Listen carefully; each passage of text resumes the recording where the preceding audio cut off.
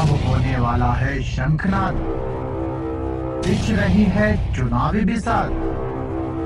किस करवट बैठेगा सियासत का ऊंट? नेता नहीं, जनता तय करेगी किसकी बनाएगी अपनी सरकार। चुनाव से पहले चुनाव की बात, हर दावेदार से कराएंगे आपकी मुलाकात। देखिए विधानसभा चुनाव पर चुनावी चर्चा, आपके अपने चैनल। नमस्कार, मैं ऋषिपाल सिंह। आप देख रहे हैं जनता टाइम, सच के साथ एक कदम। जैसा कि पता है कि यूपी में चुनाव का माहौल चल रहा है। चुनावी माहौल में आज की जो समाज में चर्चाएं हो रही हैं वो सभी चर्चाएं चुनाव से संबंधित हैं। यूपी की गलियों से लेकर के दिल्ली के संसद के गलियारों तक जो हवा है वो चुनावी में हवा हो चुकी है। तो चुनाव की चर्चा में ऐसी ही एक चर्चा लेकर आए हैं हमारे साथ हमारे उप संपादक संजय कुमार जी उपस्थित हैं। साथ में भाजपा से, बीजेपी से और अन्य पार्टियों के प्रवक्ता हमारे साथ मौजूद हैं। तो एक एक करके मैं आप सभी लोगों से उनका परिचय करवा देता हूँ। आप हैं बीएसपी से नगेंद्र सिंह यादव जी, जिला सचिव, आज अपनी पार्टी का पद रखने के लिए हमारे स्टूडियो उपस्थित हुए हैं। समाजवादी पार्टी से नीरज यादव नगर प्रवक्ता हैं और वर्तमान सरकार भारतीय जनता पार्टी के धीरज साग जी मंडल उपाध्यक्ष। आप सभी लोगों का हमारे चुनावी चर्चा कार्यक्रम में बहुत बहुत स्वागत है। धन्यवाद आपका आने के लिए। तो आइए शुरू करते हैं आज की चुनावी चर्चा। तो पहला सवाल हमारा वर्तमान सरकार से। साग जी, आप बताएंगे, आपकी सरकार को डबल इंजन की सरकार कहा जाता है। तो डबल इंजन की सरकार के दोबारा यूपी में आने के क्या एजेंडे हैं? कौन से नए एजेंडे अब की बार आप पेश करेंगे? पहले तो मैं आपको बहुत बहुत धन्यवाद कहना चाहूँगा जी, जो आज मुझे आपके चैनल के माध्यम से अपनी बात रखने का मौका मिला। जैसा कि आप लोग जानते हैं, आदरणीय मोदी जी और आदरणीय योगी जी के नेतृत्व में भारतीय जनता पार्टी ने लगातार अनेकों कार्य किए हैं उत्तर प्रदेश में। जैसे कि आप सबसे पहले यही देख लीजिए, गरीबों के लिए मुफ्त में, कोरोना के समय इतनी समस्या चल रही थी, मुफ्त में अनाज पहुंचाने का कार्य किया। और साथ ही साथ किसान सम्मान निधि योजना के तहत सबके खातों में किसान सम्मान निधि योजना के तहत जो पैसे पहुंचे, जिससे गरीबों की बहुत मदद हुई।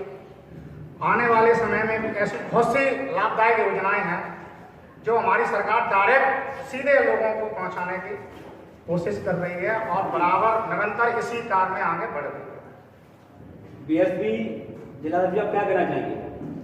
देखिए, मेरा कहना तो ये है, भाजपा सरकार 5 साल में ऐसा काम करा, मतलब बाधित बहुत किए, धरातल तो कुछ नहीं है। मैं बता दूं, ये अनाज वाला काम है, अनाज दे दे के लोगों को बर्बाद कर दिया। सब कुछ देश में तो खत्म ही कर दिया। Rail, SAIL, BEL, airport, platform, क्या बचा है? विश्व में भारत एक ऐसा देश है जिसके पास ना तो रेल होगी, ना सेल होगी, ना बीमा कंपनी होगी, ना एयरपोर्ट होंगे, सब कुछ खत्म कर दिया। बताइए कि पैसा कहाँ जा रहा है? साहब जी, क्या कहना चाहेंगे? जी, सबसे पहले तो मैं आपको बताना चाहूँगा कि कोई भी चीज़ खरीदी जाती है या बेची जाती है तो सर्वप्रथम उसकी लिखा पढ़ी होती है कहीं ना कहीं। मैं अपने सहयोगी दल से कहना चाहूँगा, सहयोगी साथी से कहना चाहूँगा कि आप ऐसा कोई भी एक कागज दिखा दीजिए जिससे ये साबित हो जाए कि ये चीज़ बिकी है या खरीदी नहीं। हाँ जी, बताएं। क्या आप आए दिन नहीं देखते न्यूज? ITI रिपोर्ट निकलवा के दिखाए आपको? क्या पता होता तो ITI रिपोर्ट हम लेके आते कि क्या क्या मोदी जी ने क्या क्या बेचा है। इस प्रकार की चर्चाएं तो चल रही हैं कि बहुत सारी चीजों का निजीकरण किया जाए। निजीकरण से क्या मतलब होता है? निजीकरण से पहले बात, SC, OBC, ST वालों का सारा आरक्षण खत्म हो रहा है जी। जो सरकार देती है आरक्षण गरीब तबकों को, वो खत्म कर दिया आपने। उसके आप बात कह रहे हैं कि निजीकरण क्या है? निजीकरण वो धन्ना सेठों को कुछ ही लोगों के पास जा रहा है। तो जहां 1-1 लाख रुपए, 50-50 हजार रुपए लेके लोग कर्मचारी काम करते थे, अब वो कर 10-10 हजार रुपए में बैठ के काम करते हैं। वो भी 8 घंटे की बजाय 12 घंटे करेंगे। ये क्या है निजीकरण? ये तो शोषण हो रहा है इंडिया का। तो ये रहेगा कि जो डबल इंजन की सरकार है, इसकी जो नीतियां हैं उनके बारे में क्या कहना चाहेंगे? डबल इंजन की सरकार, पहले तो मैं आपको बता दूं पूरी तरह से पहले, क्योंकि इनकी जो नीतियां हैं वो इतनी विनाशकारी हैं कि आज हर वर्ग का तबका पूरी तरह से बर्बाद हो चुका है। अगर आपको यकीन नहीं है तो ग्रामीण अंचल में चल के हमारे साथ देखिए।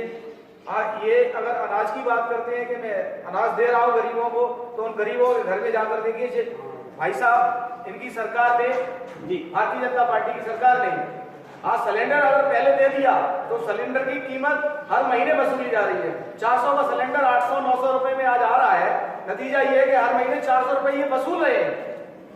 और अनाज की बात करते हैं, पहले अन्नदाता, हमारे यहाँ बहुत सारे बुजुर्ग बैठे हैं, हमारे बहुत सभी सम्मानित व्यक्ति बैठे हैं, अनाज 5-5, 10-10 किलो लोग ऐसे ही लोगों को, बच्चों को दे दिया करते थे। ऐसे ही हमारे यहाँ खेत में गल्ला हुआ है तो आप अनाज ले जाओ। पहले भारत की जनता अनाज बांटती थी। आज इतना बड़ा 80 करोड़ डाटा निकल के आया कि 80 करोड़ लोगों को वो डबल इंजन की सरकार गल्ला दे रही है। आप सोचिए कि भारत कहां जा रहा है। पूरा भारत इन्होंने गरीब बना के रख दिया। 80 करोड़ लोगों को इन्होंने गरीबी रेखा में ला के रख दिया। नतीजा क्या होगा? बाकी के 135 करोड़ जनता है, बाकी के बच्चे वो भी आ जाएंगे अपनी सरकार में। ऐसी सरकार को हटना ही चाहिए। क्या कहना चाहेंगे महंगाई में कर? देखिए, ऐसा है कि आप लोग देख ही रहे होंगे। आप ज्यादा कुछ न कहते हुए मैं अपने NS2 की बात कर लेते हैं। पहले आप लोग आगरा जाते थे तो आपको पता ही होगा कि कितना समय लगता था। आपको जैसे ही सपोज दैट पूरा आगरा क्रॉस करके जाना है तो आगरा में 2 घंटे लग जाते थे। महंगाई है, ठीक है, मानते हैं, लेकिन उसी महंगाई से देश हित में, प्रदेश हित में इतने सारे काम हो रहे हैं। वो किसके लिए हो रहे हैं? ये सब हमारी जनता के लिए हो रहे हैं। ठीक है, इतने फ्लाईओवर बनवा दिए। अपने जसपाल नगर में इतना जाम लगा रहता था, 1-1 घंटा, आधा घंटा लोग फंसे रहते थे इस जाम में। आज आप महंगाई की बात कर रहे हैं तो उसी महंगाई के पैसे से पूरी जो सुविधा है वो जनता को ही दी जा रही है। कोई योगी और मोदी अपने घर में नहीं रख रहे हैं। ठीक है, और अगर आप बात करें योगी मोदी, अगर ऐसा है कि कहाँ लाके कहाँ खड़ा कर दिया है, आप देखिए 2012 से 2017 तक का आप देख लीजिए। ठीक है, तब जनता कहाँ थी? आज कह रहे हैं बेरोजगारी। मैं ये कह रहा हूँ कि 2012 से लेकर 2017 तक डाटा उठा के देख लीजिए कितनी नौकरियां दे दी समाजवादी पार्टी ने। और अगर नौकरियां दी गई हैं तो किस वर्ग को दी गई हैं, आप इसमें विस्तार चर्चा करिए ना। जी, मैं ये कहना चाहूंगा अपने प्रिय भाजपा के साथी से, आज यहाँ युवा बैठे हैं और आज युवाओं को इकट्ठा करके अभी आप पूछोगे, मेरी मत मानो, हो सकता है मैं राजनीतिक दल के हिसाब से मैं अपनी बात अपने स्तर पे कहूँ, लेकिन उनको जो आज नौकरियां मांग रहे हैं बगैर लाठी के आते नहीं है, बगैर लाठी खाए। ये भारतीय जनता पार्टी की नीतियां हैं। एक बच्चा पढ़ता है, उसका पेपर लीक हो जाता है, दूसरा पढ़ के पास हो जाता है तो उसको लाठियां मिलती हैं। ऐसा आना चाहिए। क्या कहेंगे? देखिए, अगर ये लाठियों की बात कर रहे हैं, ठीक है, जो स्टूडेंट हैं उन पर कहीं लाठियां नहीं बरती जा रही हैं। स्टूडेंट के नाम पे जो गुंडागर्दी करते हैं, अराजकता फैलाते हैं और सरकारी संपत्ति को बर्बाद करने की कोशिश करते हैं, ऐसे लोगों के लिए जरूर थोड़ी कड़ाई की जाती है। और रही बात इसी सरकार में लाठियां, क्या आप हमें बताइए, क्या पिछली सरकारों ने क्या लाठियां नहीं बरसाई? आप हमें बताइए। तो इनका ये मानना है कि ये लाठी चला के लोकतंत्र चलाएंगे? नहीं, बिल्कुल नहीं। इनका मानना ये है बिल्कुल नहीं। सरकारों ने क्या किया क्या नहीं किया, लेकिन आप सरकार में आए तो आपको अच्छे काम करने चाहिए। नहीं, बिल्कुल अच्छे कार्य हो रहे हैं। अच्छे कार्य क्यों नहीं हो रहे? बहुत अच्छे कार्य हो रहे हैं। कोई अच्छा ऐसा कार्य नहीं हो रहा है जो इंडिया की पब्लिक अगर मोदी और योगी के नाम का डंका पीटे। ऐसा कुछ काम नहीं हुआ। पश्चिमी यूपी में 1 साल से ज्यादा किसान हड़ताल बैठे, 700 करीब किसान मारे गए। उन्होंने भाजपा के कुछ नेताओं बच्चों ने गाड़ियों से कुचला है। क्या है ये लोकतंत्र की हत्या कर रहे हैं लोग। जो अन्नदाता होता है, अगला सवाल हमारा, जो अन्नदाता होता है आप उसी की हत्या कर रहे हैं। ये कहाँ का न्याय है? न्याय अगला सवाल हमारा धीरज जी से है कि आपकी सरकार चल रही है और आप ये देख रहे हैं कि कोरोना काल में कि आपकी हर चीज आपकी बंद कर देगी। सबसे महत्वपूर्ण आप आ रही है शिक्षा व्यवस्था, क्योंकि यदि जिस देश की शिक्षा व्यवस्था जितनी अच्छी है उस देश का उतना अच्छा विकास होगा। लेकिन हमारे देश में, हमारे प्रदेश में, हमारे देश में सभी शिक्षा संस्थान बंद कर दिए गए हैं, लेकिन हमारी मधुशाला खोल दी गई है। इस पर आप क्या कहेंगे? देखिए, सबसे पहले मैं आपको ये कहना चाहूँगा कि कोरोना को देखते हुए जैसे कि क्लासेस चलते थे, ठीक है, अब एक ही क्लास में 70-70, 80-80 बच्चे बैठ रहे हैं, कहीं ना कहीं उनको संक्रमित होने का डर रहता था। ठीक है, और रही बात मधुशाला की, तो आपको भी पता, हमें भी पता और हमारे जो साथी बैठे उनको भी पता है, सरकार चाहे जो भी रही हो, ठीक है, अबकारी शायद कि कभी बंद किया गया हो।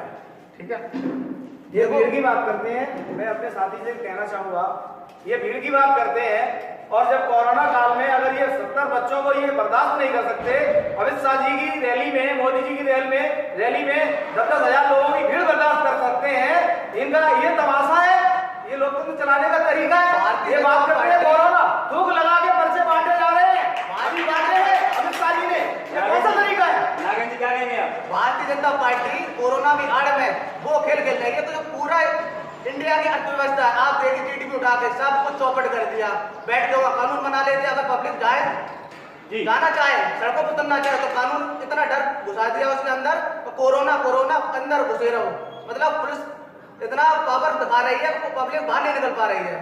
चलिए एक अगला सवाल और मैं लेना चाहूंगा जी सर। कि जसवंत नगर विधानसभा सीट सभा का गढ़ माना जाता है, बिल्कुल। तो ये सवाल बीजेपी और बीएसपी से रहेगा हमारा कि इस किले को आपको किस तरीके से भेजना चाहिए। दोनों को हमारा सामूहिक सवाल है, क्या तैयारियां हैं आप लोगों की? देखो, माननीय बहन जी ने जो आदेश दिया है, हमारे प्रत्याशी ब्रजेंद्र प्रताप सिंह जी बीपी सिंह जी को उतारा है, और वो अपने रणनीति के तहत जो बहन जी ने, माननीय बहन जी ने पूरे उत्तर प्रदेश में ईंट का जवाब पत्थर से दिया है। ऐसे ऐसे कैंडिडेट खड़े कर दिए, जिसका गढ़ था, बीजेपी का गढ़ हो चाहे समाजवादी पार्टी का गढ़ हो, सारे के सारे गढ़ ध्वस्त कर दिए बहन जी ने। आने वाले आप 10 तारीख को देखना जो परिणाम आएंगे उत्तर प्रदेश में पूर्ण बहुमत में माननीय बहन जी के नेतृत्व में सरकार बन रही है। आप भी कहना चाहेंगे? सबसे पहले मैं अपने साथी को बताना चाहूँगा कि उत्तर प्रदेश में जी जो भी 5 साल निकले हैं, हमारी सरकार ने अनोखे ऐसे कार्य किए हैं जिससे प्रभावित होकर गरीब जनता, शोषित, वंचित, पिछड़ा सभी लोग मिलकर एक तरफा भारतीय जनता पार्टी को वोट कर रहे हैं। जी जैसे और साथ ही आदरणीय योगी जी और मोदी जी के नेतृत्व में जसवंत नगर में भी विवेक साथ जो भाजपा के प्रत्याशी हैं, बहुत प्रचंड उनकी जीत होने जा रही है, और हम यहाँ इटावा जिला से तीनों विधानसभा जीत रहे हैं। समाजवादी पार्टी का सवाल रहेगा, आप बताएं कि आपका जो क्षेत्र जो है, अभी तक यहाँ से आपने हमेशा विजय हासिल की है, आप इस विजय को किस प्रकार से आगे कायम करना चाहेंगे?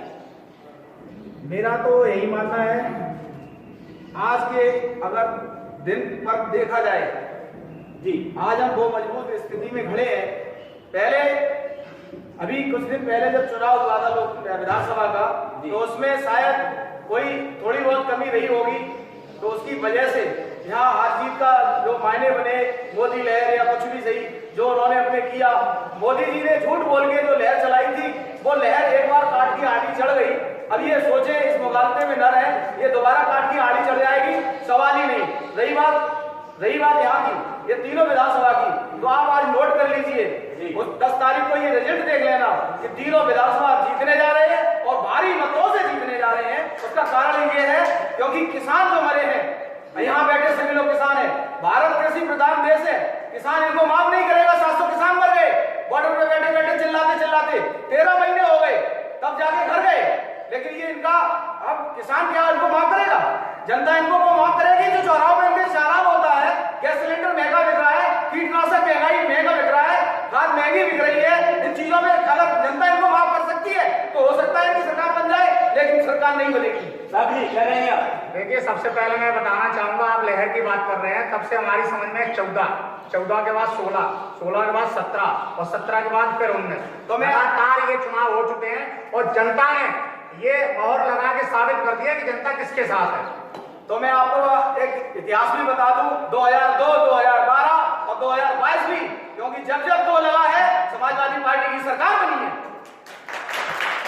आप क्या कहना चाहेंगे? देखिए, चाहे समाजवादी पार्टी हो चाहे भारतीय जनता पार्टी हो, पब्लिक ने दोनों सरकारें देख ली है, गुंडागर्दी, लूट कसूट इतनी करी है लोगों ने कि पब्लिक इन लोगों से उड़ गई है। इनके नाम को आप देखो, पश्चिमी उत्तर प्रदेश में भाजपा वालों को लोग गांव में नहीं घुसने देते हैं, लाठियां बरसाते, उनकी गाड़ी तोड़ते हैं।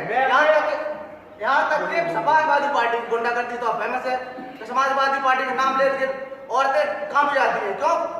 5 बजे के 4 बजे के बाद बच्चे के स्कूल से नहीं आती तो डर, अरे समाजवादी सरकार चल रही है, बेटियों को सुरक्षित रखो।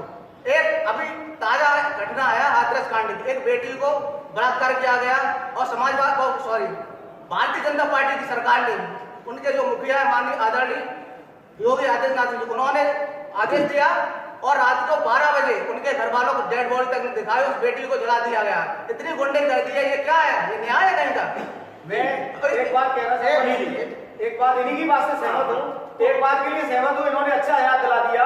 अभी जस्ट टाइम 2 दिन पहले की बात है कि सरता भदौरिया जी, रामशंकर कटेरिया जी कहते हैं अपने गुंडों से जाओ मारो दो, और उन्होंने इस तरीके से मारा, लाख घूसों से मारा। क्या जवाब देंगे ये भारतीय जनता पार्टी के लोग?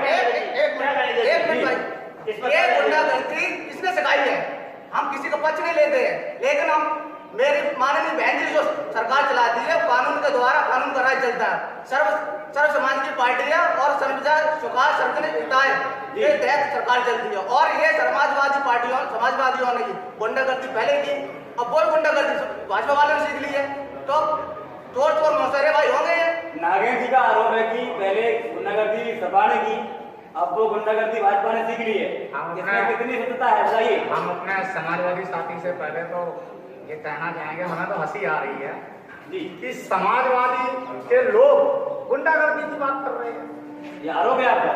ये गुंडागर्दी की बात कर रहे हैं। क्या आपको नहीं पता है? क्या इनको नहीं पता है? क्या इनको खुद को नहीं पता है? समाजवादी पार्टी की सरकार होती हुई आज ये दरोगा की बात कर रहे हैं।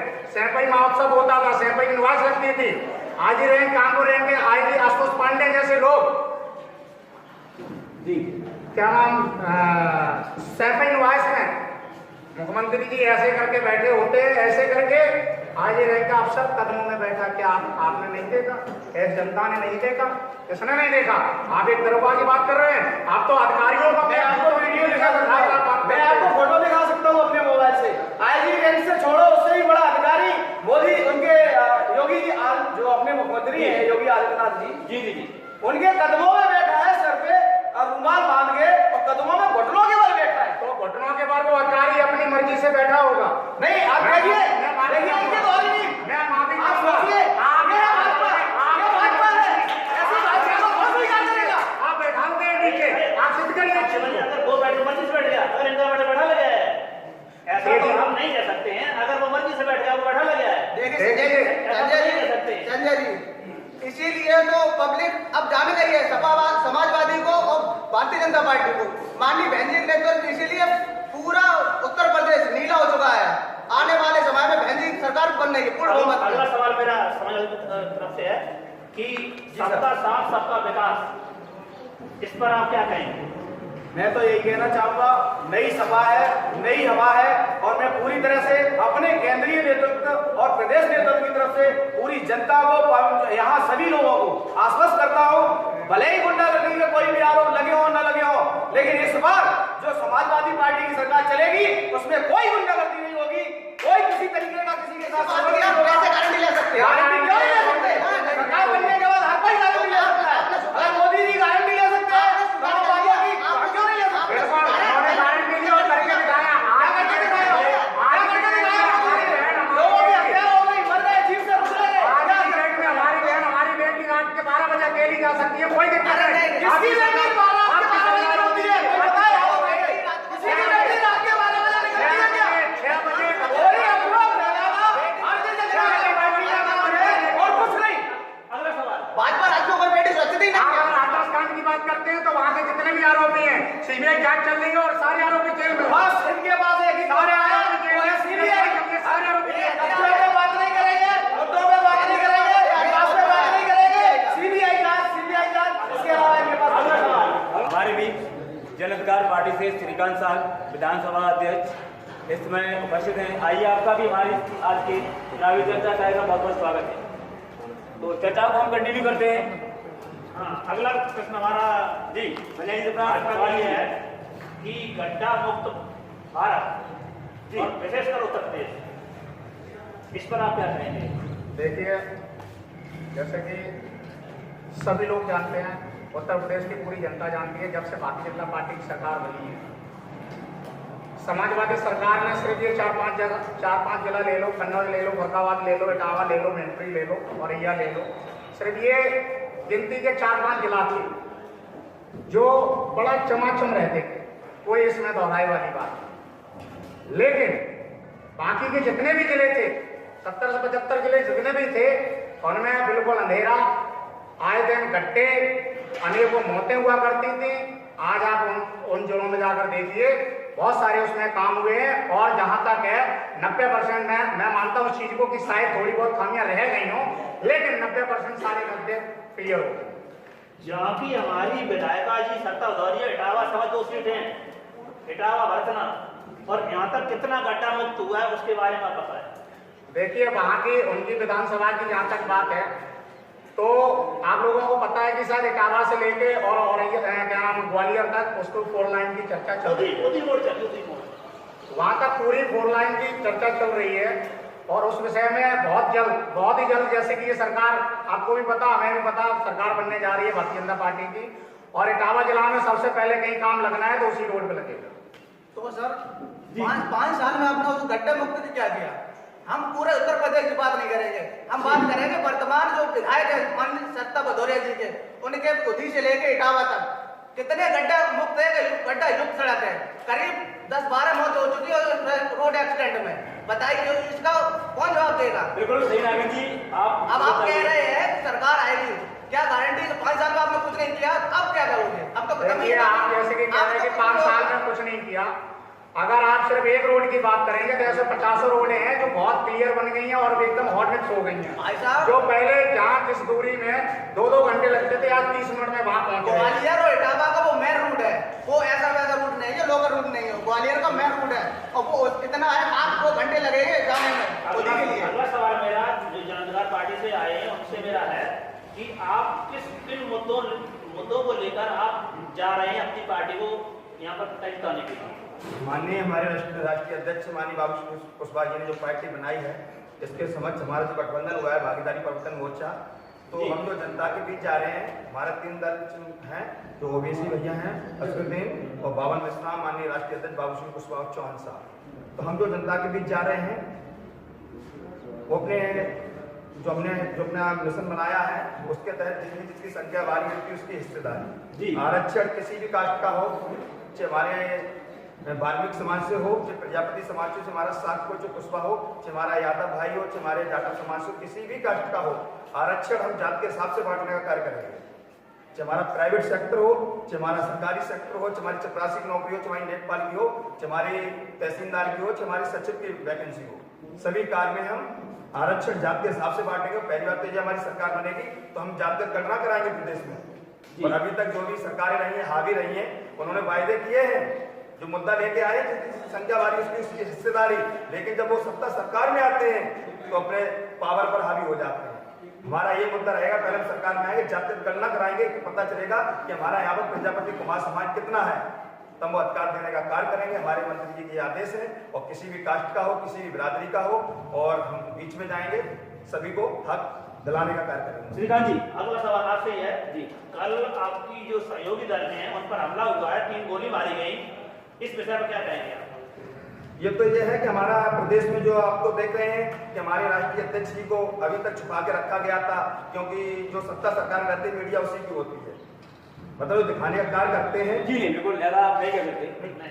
हाँ बोलते जो कार्य दिखाने करते हैं, मतलब जो हमको अभी तक छुपा के रखा था राष्ट्रीय अध्यक्ष, हमारी पार्टी 7 साल पुरानी, कोई नई पार्टी ने मुद्दा लेके आए हैं, तो हमारा जो काम था, अब जो हमारा समाज में दिख रहा है, हमने जो हिस्सेदारी बोली है, बाबा भैया मुस्लिम, हमारा मुसलमान समाज जो किसी कास्ट का और कोई भी कास्ट, उसको हिस्सेदारी दिलाने का काम करेंगे। मतलब पहली बात तो जाति करना कराएंगे। जो हमला हुआ है लेकर तो माननीय बहन जी हमेशा इसके पक्ष में रही है। बहन जी ने हमेशा आवाज उठाई है कि जो जिसकी जाति है वो हिसाब से ओपन की जाए, उस हिसाब से जातिगत गणना की जाए, लेकिन तब किसी ने नहीं, तो मैं सत्ता सरकार में नहीं है तब कहाँ गई थी? बोलने को सिर्फ बोलते हैं, जब सरकार में थी तब कहाँ थी? बहन जी ने शुरू से आवाज उठाई है, लेकिन वो बहन जी तब कहाँ थी आप? अरे अब तो आप बहन जी के पार्टी से निकले हुए हैं, बहन जी को आवाज उठा रहे हैं।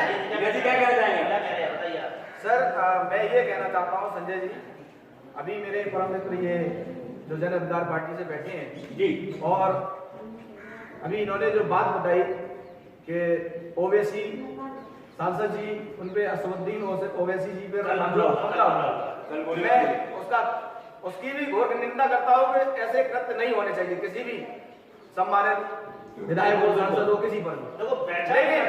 लेकिन मैं एक चीज आपको बताना चाहता हूं और वो चीज ये है, जो हमले का आरोपी है वो पकड़ लिया गया है। एक नोएडा का है, बादलपुर का, दूसरा है सहारनपुर का। मजे की बात यह है कि उसकी योगी जी के साथ फोटो है और वो उसको बुके दे रहे हैं। अब आप सोचिए भारतीय जनता पार्टी और कौन करा रहा है, क्या करा रहा है, ये तो जनता खुद समझदार है। हम नहीं नाम लेंगे किसी का कि इन्होंने कराया और किसने कराया, हमें नहीं पता। लेकिन अगर फोटो उनका है तो उनको पता भी होगा ये व्यक्ति कौन है और कैसे हमला कराया गया, वो जाने। सबसे पहले अभी जो हमारे साथी ने बताया और जो फोटो दिखा रहे हैं वो, इसकी पहले तो इसकी सही से जांच की जाए, ठीक है। और ये जो दिखा रहे हैं वो सही है भी, हमें रोकने का होगा भाजपा के साथी को, क्योंकि इनके बारे में जांच के अलावा और ये कह रहे हैं कि ले रहे तो मुख्तार अंसारी जैसे, अकील अहमद जैसे इन्होंने गुंडे बांध रखे थे, तभी ये कहीं कुछ नहीं बोलते थे। भूमाफिया जैसे उन पे आरोप लगते हैं और उनको ये टिकट दे रहे तब ये कुछ नहीं कहते। बताइए हमारे साथी बताएं कौन सा भूमाफिया की बात कर रहे हैं, नाम लेके बताएं तो हम उसके बारे में बात करें। नाम ले बताइए जी, आप नाम लेके बताइए कौन सा भूमाफिया है, कौन सा अपराधी है। आप ये बताइए, अकील अहमद को आपने टिकट दी? आपके तो वर्तमान मुख्यमंत्री पे कितने मुकदमे लगे, पूर्व जो अरे मुकदमे की अगर बात की जाए,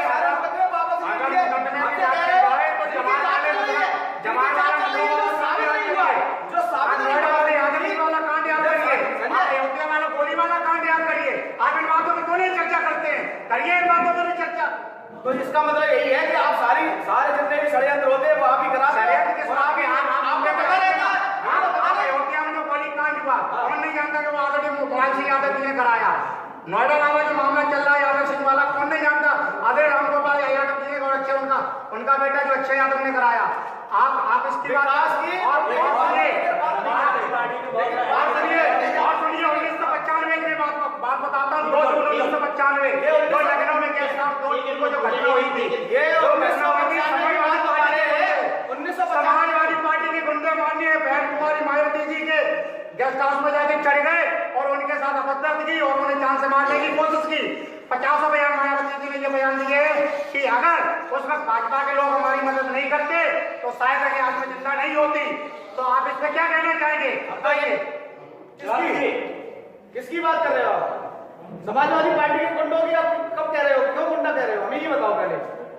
ये हम नहीं कह रहे, खुद बहन मायावती जी कह रही हैं। तो ये तो किस आधार पे, नहीं किस आधार पे, किस आधार पे? जो जिसकी बात आप कर रहे हो, जिसने हमला किया वो हमारी पार्टी में क्या है? उस वक्त तो थे।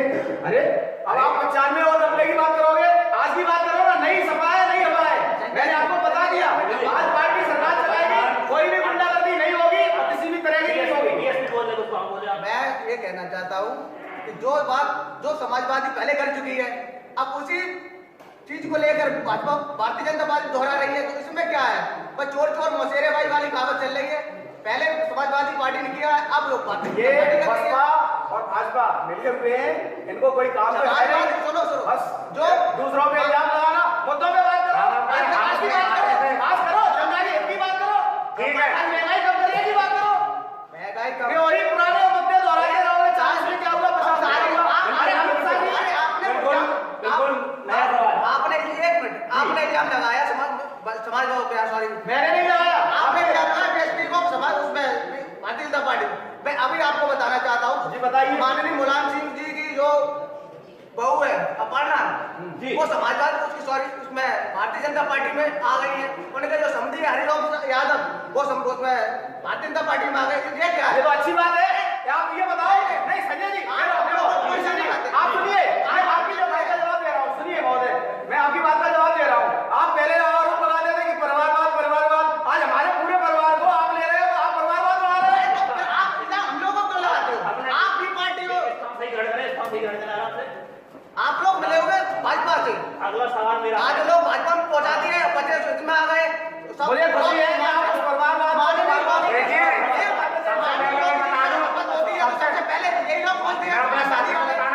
सबसे पहले बता दूं, स्वामी प्रसाद मौर्य सपा में, लेकिन उनकी बेटी संगमित्रा मौर्य भाजपा में।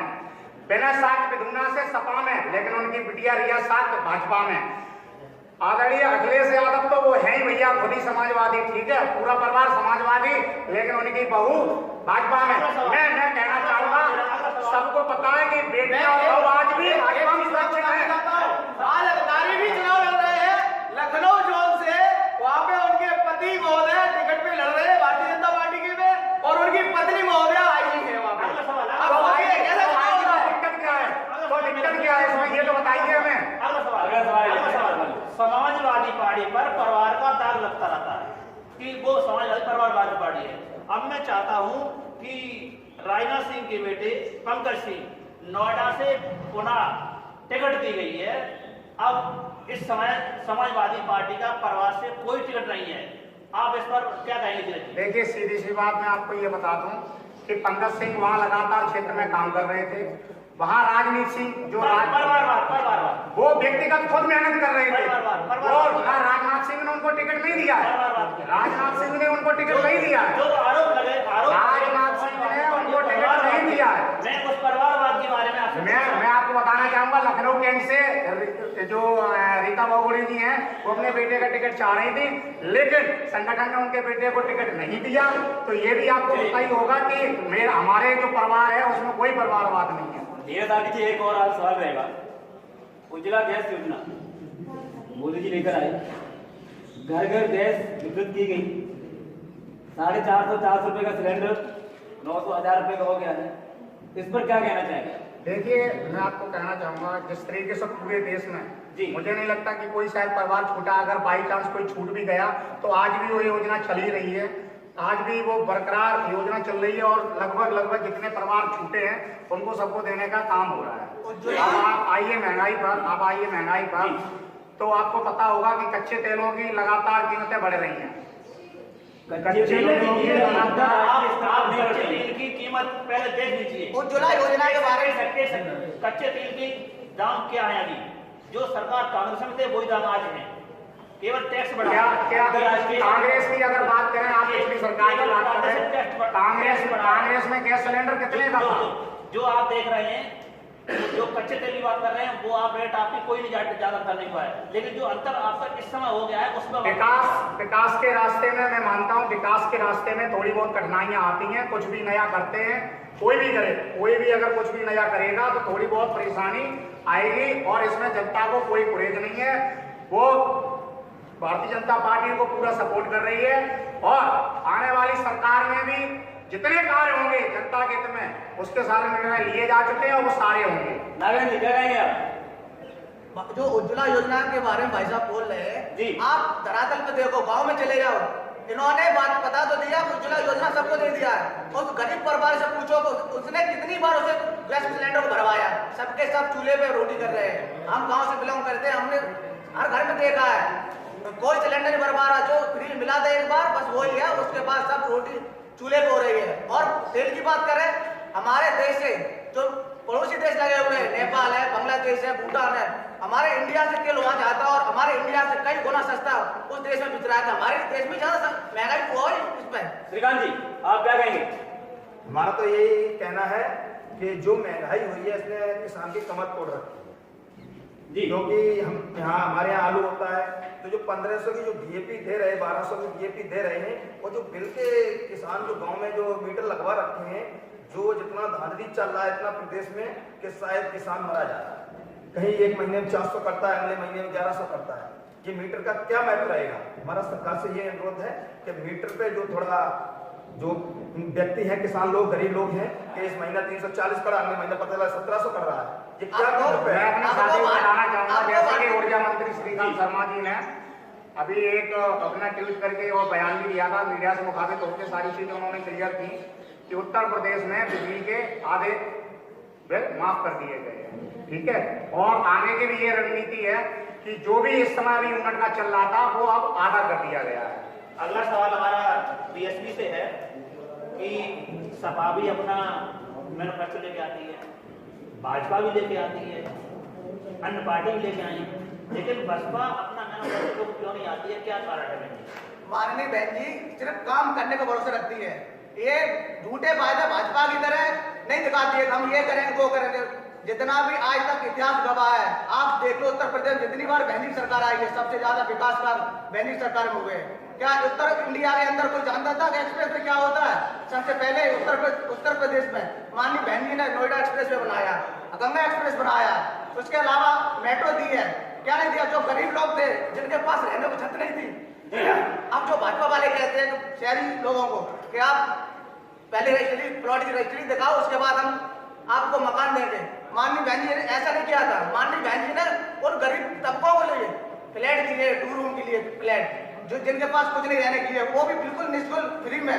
इतना किस सरकार में किया है? किसने किया है? शादियों में बताना चाहूंगा कि रजिस्ट्री दिखाने की बात रही है, सब समाज सरकार भाजपा सरकार कितने शायद है कि किसी में कोई अभी आवाज नहीं दिए गए, और आने वाले अभी जो बजट पेश हुआ है उसमें आप सभी लोगों को पता है पूरे भारत देश में 80 लाख आवास अभी आवंटन किए जाने हैं। जब बहन जी ने इतना प्रदेश में कार्य किया है तो 5 साल क्यों चुपचाप रही? बोल दो आपसे, क्यों नहीं लगता? मैं चेहरा दिखाने के लिए घोटाले का जो स्मारक घोटाला बनवाया है, क्यों 5 साल चुप नहीं बैठी? क्यों नहीं आ रही जनता में? क्यों बीजेपी से डरा रही है वो? क्यों बीजेपी से किसी डरने वाली नहीं है। 5 साल को कहा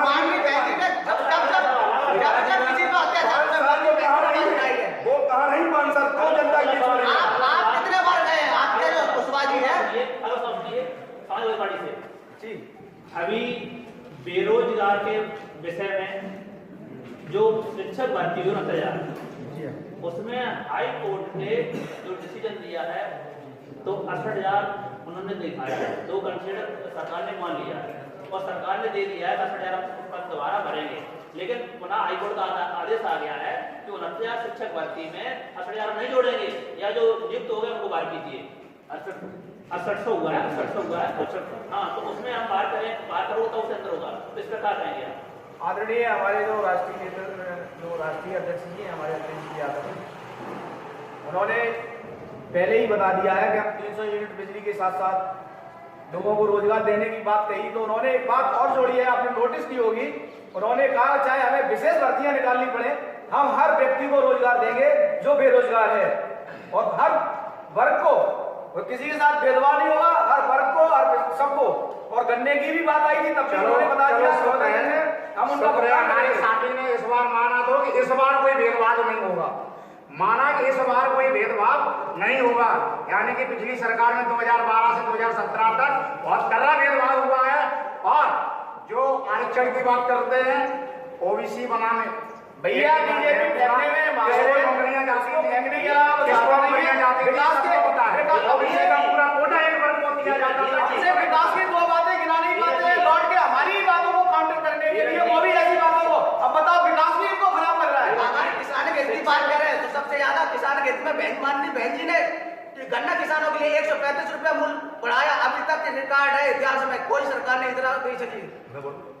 जब भी मैं नौजवान की हित की बात करता हूँ, किसान के हित की बात करता हूँ, सबसे ज्यादा पीड़ा भारतीय जनता पार्टी को। भारतीय जनता पार्टी ने तो किसानों पे टाका भी डालना चालू कर दिया। उन्होंने 50 किलो 5 करोड़ कर दिया, कम कर दिया उसमें किसान का भुगतान किया कि कौन से मुख्यमंत्री ने घर से किसान का भुगतान करा दिया? सत्ता में हम आएंगे तो हम 3 दिन में भुगतान करा देंगे। तो आप करा लो ना। अब भारतीय जनता पार्टी ने कितना कौन सा घर से लगा? तो भारतीय जनता पार्टी ने करा लो। बीजेपी गन्ना दे रही, वो भी हमारा ही गन्ना है किसान का। तो आपका गन्ना है तो करा लो।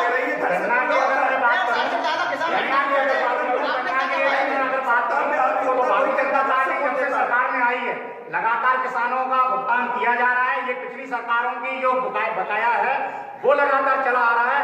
एक दिन में वास्तविक कुछ नहीं हो जाता है। और भारतीय जनता पार्टी जब से आई है सरकार में वो बराबर। मैं इनकी बात को कोट करता हूँ। अभी जो कृषि मंत्री है, जो गन्ना के मंत्री है, उनका ही पता कर लो। अभी डाटा निकलवा के उनका साल भर का बकाया है, नहीं पता हो तो पता कर लो। मेरा एक थोड़ा अनुरोध है, भैया जी बोल रहे थे कि बिल के बारे में, जब सत्ता में 5 साल रहे तब कहाँ गए बिल पे? बिल जो तुमने जब सरकार जाने वाली थी तब तुमने आधा बिल बोलने के लिए बोल रहे हैं। कहाँ गए 5 साल पहले? किसान का हित कहाँ गया आपका? देखिए, सरकार को और हमारे राष्ट्रीय नेतृत्व को और संगठन को, जैसे कि आपने कहा कि ये अब आगे किया, पहले क्यों नहीं किया? बिल्कुल, हर चीज का एक समय होता है। उस समय वो जरूरी था तो वो किया, इस समय ये जरूरी था तो ये किया। तो क्या हम मान सकते हैं कि ये दोनों नहीं, ये कोई चुनावी लॉलीपॉप नहीं है। लोग 2003 से पहले किसान सम्मान निधि को भी लॉलीपॉप कह रहे ये किसान सम्मान निधि बंद हो जाएगी। मैं आपके माध्यम से बता देना चाहता हूँ हमारी प्यारी जनता को कि किसान सम्मान निधि योजना आप पता कर लीजिए कि पहले साल में 6,000 मिलते थे, परसों बजट के बाद ये 12,000 रुपए कर दिए। 12,000 मेरा हो क्या जाएगा? हम किसान से बिलोंग करते हैं। पिछली सरकारों ने कुछ भी नहीं दिया, भारतीय जनता पार्टी कम से कम 12,000 दे भी रही है, पिछली सरकारों ने कुछ दिया ही नहीं दिया। हम क्या हमारे माननीय प्रधानमंत्री मोदी कह रहे हैं कि किसान बिल बहुत अच्छा था, मैं कुछ किसानों को समझा नहीं पाए। ठीक है, किसान बिल वापस लेने का क्या कारण है? इतना अच्छा बिल था पर वापस क्यों लिया? देखिए अब वही बात हो गई कि किसानों की हित की बात हो रही थी, किसानों की हित की ही बात हो रही थी। कुछ लोगों ने किसानों को बलगलाया, जो वहां किसान बैठे थे क्या वो किसान ही थे? सब पेट्रोल पंप चल रहे हैं, मिल चल रहे हैं, भट्टे चल रहे हैं, एसी लगाकर बैठे हैं, वो किसान पीछे से फंड दिया जा रहा है और वहां पे वो बैठे थे। ठीक, कुछ किसान हमारे भाई उनकी बातों में आगे वहां बैठे, उनकी बातों में आकर कृषि कानूनों का विरोध किया, तो हमारे प्रधानमंत्री जी ने देखा कि हमारे किसान आज हमसे अलग जा रहे हैं, उन्हीं के हित में ये बिल था, आज उनको अगर इन बिलों की जरूरत नहीं है तो उन्हीं के इसी वजह से मैं हमारे ये वापस लेगा। किसानों को आतंकवादी तक घोषित कर दिया। ये एक बयान दिखा दीजिए जो प्रधानमंत्री मोदी जी ने किसानों को आतंकवादी कहा हो, एक बयान दिखा दीजिए। आप झूठ बोल रहे हैं, आप झूठ बोल रहे हैं, आप एक बयान दिखा दीजिए। मोदी ने किसान को 5 साल नहीं समझ पाए, जब लास्ट में जब 6 महीने रह गए आपने ऐसा पेश किया पाँच साल में किसान नहीं करने पे बैठा, 5 साल करने पे नहीं बैठा किसान। ये जैसे चुनाव पास आया वैसे ही धरने पे बैठ गए। किसको नहीं पता है कि सारी पार्टियों आपका सवाल मेरा ये है कि स्वच्छ भारत अभियान के तहत पूरे देश में अभियान चलाया गया, साफ सफाई को लेकर के प्रचार हुए और उसको माननीय प्रधानमंत्री मोदी जी के द्वारा भी इसको आगे बढ़ाया गया। लेकिन विधानसभा जसवंत नगर के ग्राम नगरा अर्जुन में कल जब हमने सर्वे किया, हमारे पत्रकार साथी कल वहाँ गए हुए थे, तो वहाँ पे गंदगी का अंबार देखा गया। इटावा नंबर 1 रोड, इटावा में सबसे ज्यादा गंदगी हुई है तो नगला अर्जुन में हुई है, कोरोना टाइम में। नगला अर्जुन का पड़ोसी गांव है, मुझे ये बताएं क्या ये उसमें प्रत्येक घर में एक मौत हुई है। वर्तमान सरकार ने कुछ भी हुआ मदद के नाम पर 2 रुपए किसी को नहीं दिया, न सांत्वना देने पहुंचे। नहीं, मेरा जो सवाल ये रहेगा कि अब आप स्वच्छ भारत के तहत क्या कहना चाहेंगे? देखिए, स्वच्छ भारत के तहत पूरे देश में जैसे कि शौचालय घर घर बनवाए गए, ये मैं मानता हूं कि कुछ अधिकारी कुछ कर्मचारियों की लापरवाही रही है और इस चीज से मैं बिल्कुल गुरेज नहीं करूंगा कि जसवंत नगर विधानसभा में जी सरकार की जो भी नीतियां हैं जानबूझकर उन नीतियों को कहीं ना कहीं दबाने का काम किया गया या लोकल लीडरशिप के द्वारा। ठीक है, जसवंत नगर विधानसभा सबको पता है किसकी कमी रही जो दबाने वाली बात आई? मैं बता दूं जो भी कर्मचारी इस चीज में लिप्त पाया गया तत्काल उसको बर्खास्त किया गया और जो भी नीतियां रही हैं गरीब जनता के हित में रही हैं। कोई 2 कर्मचारी के बर्खास्त किया गया। मैं कल ही एक गांव में मैंने देखा वो कठेरिया समाज के घर में सब पता किया, बता रही थी बुजुर्ग थी पहला तो बेटा यहाँ किसी के घर में कोई बात वो शौचालय नहीं है। हम इतने परेशान है, लोग कहते हैं कि शौचालय नहीं। आप 100% में से अगर 1% निकाल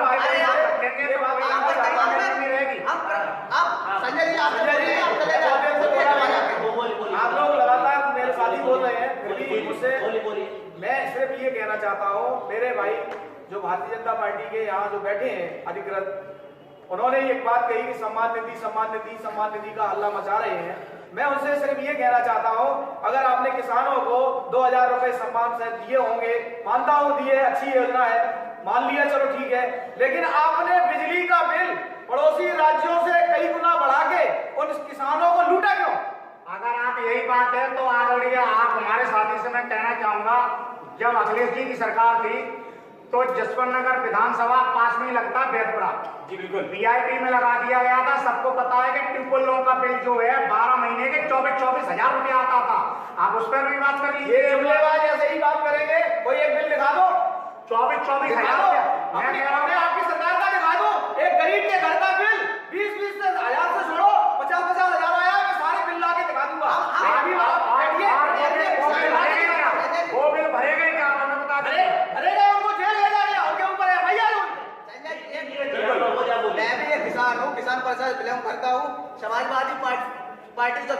रही थी तो मेरा भी ट्यूबवेल का बिल था, वहाँ करीब 15,000 रुपया एक्स्ट्रा VIP चार्ज मेरे से लगा था। और गरीब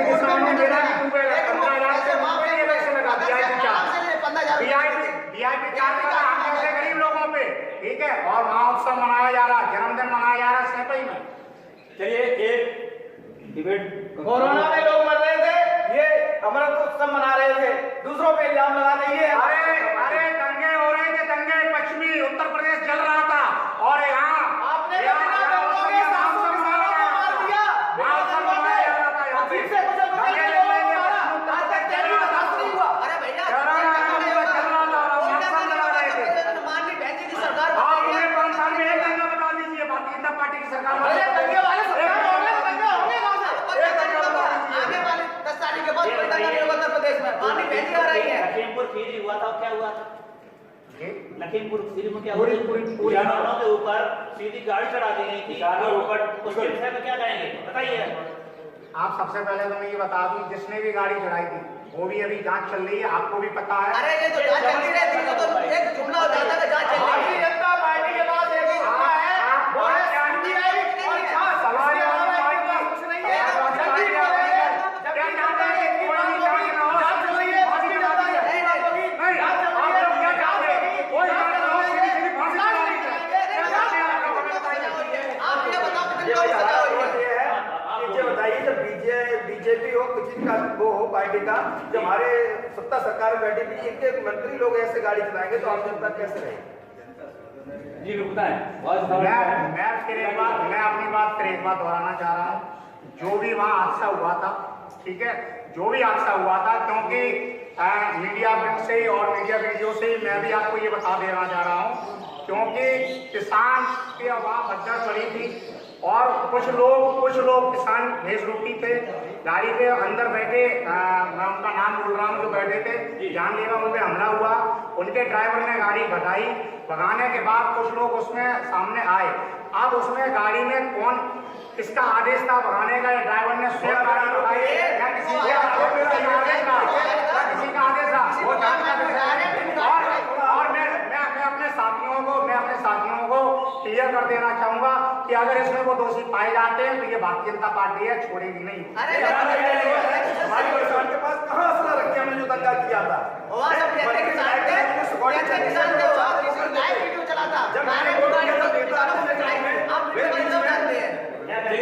मैं आखिरी बात अपनी कह के समाप्त करूंगा। धीरे धीरे ही सही सब बेच देंगे, मुफ्त में भारत भाजपा को मिला है, तो इसीलिए मैं कहता हूँ भाजपा हटाओ और देश बचाओ। जय श्री अखिलेश, विजय उत्तर प्रदेश। देखिए, जैसे कि उन्होंने कहा कि मैं अपनी बात खत्म, आखिरी बात कह के खत्म कर रहा हूँ। वैसे मैं भी आपको बता देना चाह रहा हूँ कि 2022 भारतीय जनता पार्टी पूर्ण बहुमत से 300+ सीटें ला रही है, ठीक है, और हमारे जितने भी सहयोगी दल हैं हमारा सपोर्ट कर रहे हैं हर तरीके से। आने वाले समय में 2022 भारतीय जनता पार्टी की सरकार बनने जा रही है। चलिए आज की इस डिबेट का आखिरी सवाल आप क्या कहेंगे? जो मैं बार बार यही दोहरा रहा हूँ कि पब्लिक इतनी जानकार हो गई, होशियार हो गई है, उन्हें सब पता है कि कौन दंगा कर रहा है, कौन करा रहा है और कहाँ गुंडा कर रही है। पूरा उत्तर प्रदेश नीले लहर में आ गई है। माननीय बहन जी की सरकार पूर्ण बहुमत में आ रही है। अंतिम सवाल से पहले श्रीकांत जी कहना चाहते हैं। बिल्कुल भैया, आप ये तीनों भैया बातें कर रहे हैं कि हमारी समाजवादी पार्टी आ रही है, बीजेपी कर रही है, बसपा कर रही है, हम तीनों को बीच में लेते हैं, तीनों सरकार में नहीं है, कहाँ पिछड़ों का हक गया, अधिकार गया? सबसे ज्यादा नौकरी अगर किसी ने दी है पिछड़े समाज, साख समाज में, तो माननीय बहन जी सरकार में जो नियुक्ति मंत्री थे आपके बाबूसिंह कुशवाहा जी, उन्होंने दी है। क्यों एहसान किया? समाज का दाना दबाने वाले एसपी बोलकर ये बात स्वीकार करती है। हम सिर्फ एक जाति को नौकरियां दी गई, साथ समाज को। हम ये बात समाजवादी पार्टी को बिल्कुल नहीं सुनना चाहते, समाजवादी पार्टी से बिल्कुल नहीं सुनना चाहते। हमारे साथी कह रहे हैं कि मायावती पे आरोप लगा रहे कि एक साथ समाज को दी गई। अरे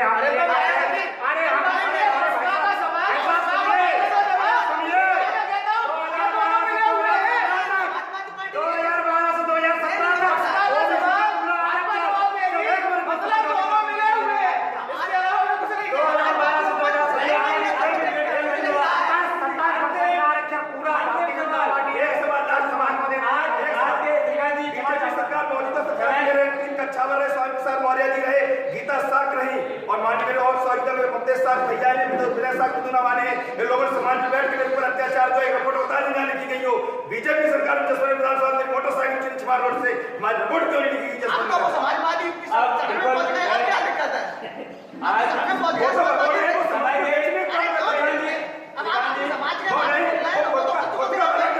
समाज का हित होता समाज से पूछ के जाते। समय को देखते हुए आज की डिबेट का अंतिम सवाल और डिबेट की समाप्त करते हैं। अंतिम सवाल, आप सभी लोग अपने अपनी पार्टियों के वक्ता हैं, अपने अपनी पार्टी का पक्ष लेकर आए हैं। अंतिम सवाल ये रहेगा कि शिक्षा, स्वास्थ्य, रोजगार और महंगाई, मैंने वो बोला है शिक्षा, स्वास्थ्य, रोजगार, महंगाई, इन पर आपकी पार्टियों के क्या एजेंडे हैं, क्या योजनाएं लेके आए हैं, क्रम से आप लोग एक बात बताएंगे। सबसे पहले श्रीकांत जी आप बताएं।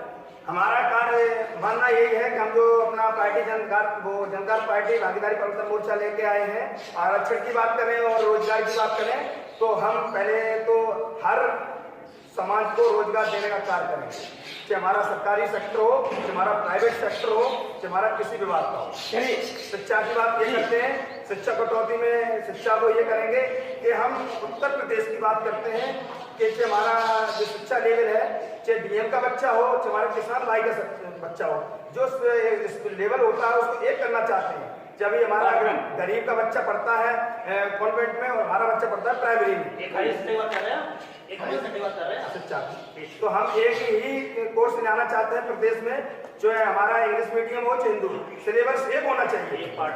नीरज जी, मैं बतौर नगर प्रवक्ता नीरज यादव आपको यहाँ पूरी जनता को, उत्तर प्रदेश की जनता को ये भरोसा दिलाना चाहता हूँ, देता हूँ।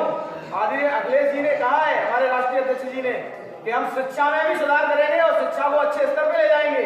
और उन्होंने पहले भी ऐसा किया है, कई बार लोगों को विदेश भी भेजा है, बच्चों को भी, अधिकारियों को भी, तो वो पढ़े लिखे हैं और एक अच्छा काम करते हैं। रही बात स्वास्थ्य की, स्वास्थ्य के लिए उन्होंने ऐलान कर ही दिया है कि हम 5 साल उनका इलाज फ्री, गरीब हर गरीब का इलाज मुफ्त कराएंगे। उसके बाद रोजगार की बात आती है, तो युवाओं को रोजगार देने के लिए तो हमारी पार्टी शुरू से ही कह रही है और पूरे साल से युवाओं को रोजगार दिया जाएगा। महंगाई का कह दिया, महंगाई के लिए हमारे अध्यक्ष जी ने बोल भी दिया है कि हम सिलेंडर को भी सस्ता करेंगे ताकि गरीबों को कोई परेशानी ना हो। इसके अलावा और भी जो चीजें हैं उन पर महंगाई पर काबू करेंगे। माननीय बहन जी का एक स्टेटमेंट दिया है। बहन जी सरकार बनते ही सबसे पहले शिक्षा और रोजगार पर जोर दिया है। जब रोजगार हमारे पास रहेगा तो हमें शिक्षा भी मिलेगी। और माननीय बहन जी की सरकार में जो दबे कुचले समाज के लोग थे, जो शिक्षित होना चाह रहे थे, आज उनकी ये पूरी सड़क बहन जी ने तब फ्री में सबको एडमिशन दिया, चाहे बीएड हो, पीटीसी हो या आईआईटी हो, एमटेक, बीटेक, कुछ भी एलएलबी हो या एमबीबीएस हो, माननीय बहन जी ने सबको स्कॉलर के तहत विदेश भी भेजा है। लेकिन आज ये पूरी सड़क हमारे समाज का, दबे कुचले समाज का शिक्षा नहीं ले पा रहा है। इतनी महंगाई लोगों ने पूरी फीस कर दी है, कहाँ से आएगा? आरोप है बहन जी घर से कौन सा करती है, करता है जो सत्ता पे हावी होगा वो करेगा। बहन जी कोई ऐसा नहीं किया प्रदेश में, बहन जी ऐसा नहीं किया, बहन जी ने आप करें, भारतीय जनता पार्टी ने ऐसा क्यों किया? बहन जी नहीं किया। देखिए, मैं सब लोगों को धन्यवाद देता हूँ जो पार्टी की नीतियों को, जो भी नीति थी आप लोगों के द्वारा हमें आप लोगों के बीच में रखने का मौका मिला जी। और मैं आप सबसे पहले बता देना चाह रहा हूँ कि भारतीय जनता पार्टी सर्व समाज को, मैं किसी एक समाज की बात नहीं करता हूँ, सर्व समाज को अपने साथ लेकर चल रही है और आगे चलती रहेगी। इसमें कोई दोहराई की बात नहीं है। शिक्षा, स्वास्थ्य इससे बेहतर और होगा। और उसके बाद 2022 में प्रचंड बहुमत के साथ हम लोग सरकार बनाने जा रहे हैं। महंगाई और बेरोजगारी पे क्या कहेंगे? देखिए, महंगाई जहाँ तक जितनी जो रही है, आप बिजली के बिल देख लीजिए, बिजली के बिल में अब सुधार हो रहा है जी, उसमें भी महंगाई कहीं ना कहीं थोड़ी बहुत कंट्रोल होगी। और आने वाली जितनी भी चीजें उसमें सब लोग हम लोग मिलकर देखेंगे कि कहाँ से क्या हो सकता है जिससे महंगाई और कम की जाए। भारतीय जनता पार्टी तो यही करती रही है, 5 साल लूट और जैसे ही चुनाव आए तो छूट। चलिए एक अंत में आज की डिबेट में क्रमशः आप लोग अपने विधानसभा प्रत्याशी के लिए जनता से वोटों की अपील कर सकते हैं हमारे चैनल के माध्यम से। तो श्रीकांत जी पहले 30 सेकंड का समय रहेगा आपके पास। हमारे जो माननीय जी के राष्ट्रीय अध्यक्ष के अनुसार यहाँ आदेश हुआ है, प्रत्याशी हमारी है मधु कुशवाहा जनता पार्टी, और जो गांव में विचारधारा लेके जा रहे हैं, जितनी संख्या बारी उसकी उससे हिस्सेदारी का माननीय मंत्री जी करेंगे बांटने का। हर जात को सरकार बनेगी तो पहले जातिगत गणना कराएंगे। नीरज जी इस बार एक बहुत अच्छा मौका है। मैं पूरे प्रदेश को बधाई देता हूँ कि हमारे आदरणीय शिवपाल सिंह यादव जी जो हमारे पूर्व मंत्री हैं वो यहाँ से चुनाव लड़ रहे हैं, बहुत ही भारी मतों से यहाँ से जीतेंगे भी और जनता के वो दिलों में बसते हैं। उन्होंने लोगों को नौकरियां दी है, सब लोग जानते हैं और इस बार समाजवादी पार्टी भी उनके साथ है। तो इसलिए ये कहना कि रोजगार, शिक्षा और स्वास्थ्य तीनों क्षेत्रों में बहुत अच्छे ढंग से काम होगा और सबको इसका लाभ मिलेगा। नागन जी, आप क्या अपील करना चाहेंगे जसवंत नगर विधानसभा की समस्त जनता से मैं अपील करता हूँ, माननीय बहन जी के नेतृत्व में उत्तर प्रदेश प्रचंड बहुमत में सरकार बन रही है। इसलिए आप सबसे मेरी विनती है, हाथ जोड़ के विनती है, माननीय जो हमारे विधानसभा के जो सदस्य प्रत्याशी है विजेंद्रपाल प्रताप सिंह यूपी सिंह जी को भारी मतों से, हाथी चुनाव चिन्ह उनका है, हाथी चुनाव चिन्ह पर मोहर लगा के भारी मतों से विजयी बनाए। इसी और सरकारी पार्टी है हमारी बहुजन समाज पार्टी। जी, आप भी अपनी अपील कर लीजिएगा। भारत की सबसे बड़ी पार्टी है भारतीय जनता पार्टी जी। जिस तरीके से जसवंत नगर विधानसभा में सात समाज के विवेक सात उर्फ गुड्डू को टिकट यहाँ से जसवंत नगर से प्रत्याशी बनाया गया है, टिकट दिया गया है। पूरी जसवंत नगर विधानसभा से मैं अनुरोध करना चाहूँगा कि विवेक साथी को वोट दें और उनको जिताएं और मोदी और योगी के नेतृत्व में भारतीय जनता पार्टी की सरकार। और एक बार मैं कह देना चाह रहा हूँ, इस बार भारतीय जनता पार्टी जैसे कि कश्मीर में 370 हटी थी, इस बार 370 जसवंत नगर में हटने जा रही है। आज के इस कार्यक्रम में आप सभी लोगों ने अपना महत्वपूर्ण समय दिया, उसका चैनल तरफ से और मेरी तरफ से आपका बहुत बहुत धन्यवाद। आपका भी बहुत बहुत धन्यवाद।